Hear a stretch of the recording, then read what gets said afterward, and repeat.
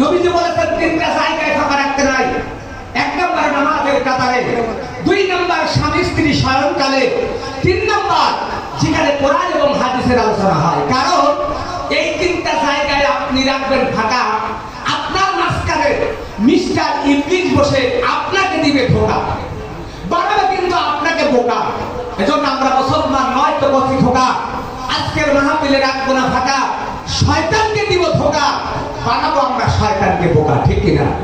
এজন্য ভাই যারা দূরে দূরে আসেন একটু ফাঁকা জায়গা বন্ধ করে বসেন, কাছে কাছে আসেন।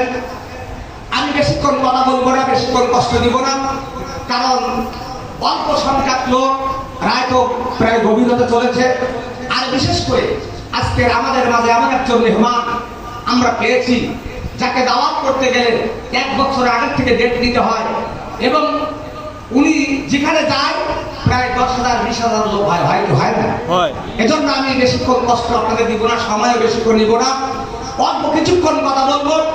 তার আগে আমি আপনাদের কাছে বলতে চাই, একটু হ্যাঁ না জবাব দিবেন। কারণ আমি বসে গা গরম করবো আর আপনারা আমার সামনে বসে পোল্ট্রি মুরগির মতন ঝিমাবেন, এটা কিন্তু হবে না। মুসলমানদের সাউন্ড হয় না কখনো ডাউন, কিন্তু বর্তমান সময় মুসলমানদের সাউন্ড হয়েছে ডাউন, এক সময় হয় না ডাউন, আসলেই নির্বাচনে অমুক ভাইয়ের চরিত্র ফুলের মতো পবিত্র, নামাজ পড়ে যায় একত্র, গাঁজা খায় ঠিক মতো, আমরা তাদের পিছনে চিৎকার দিয়ে স্লোগান দিতে থাকি। ঠিক কিনা?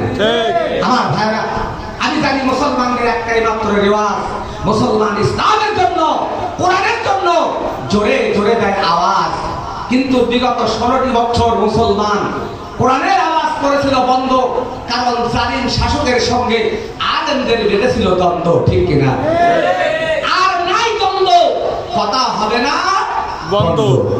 আমার ভাইরা, আমি মহাগ্রন্থ কোরআনুল কারীমের সূরা বাকারার 250 নম্বর আয়াত তেলাওয়াত করেছি। বুখারী শরীফের হাদিস থেকে 2টা গুরুত্বপূর্ণ হাদিস তেলাওয়াত করেছি। এরপরে সংক্ষিপ্ত কিছু কথা বলবো, আর বিশেষ করে আমার আম্মাজানদের সম্পর্কে কিছু কথা বলা দরকার, কারণ তারা নাই আর এদেশের সরকার। সোনার বাংলাটা করেছে সরকার, ডিজিটাল জায়গায় ওদের মাধ্যমে ওদের সাইজ করা দরকার। ঠিক কিনা? আমার ভাইরা, আমার বন্ধুরা, আসলে বর্তমান সময়ে বাংলাদেশে রাতের পর রাত, দিনের পর দিন তাফসীর মাহফিল, সিরাত মাহফিল, মিলাদ মাহফিল, ওয়াজ মাহফিল, জুম্মার আলোচনা, এত কিছু হওয়ার পরে, এত কিছু চলার পরে বাংলাদেশের কপাল খোলা মুসলমানদের পরিবর্তন নাই। পরিবর্তন কি আছে ভাই? না। তবে কয়েকটা জিনিস পরিবর্তন হয়েছে। কতবার সে বিড়ি খোর ছিল, এবছর সে মদখোর হয়েছে।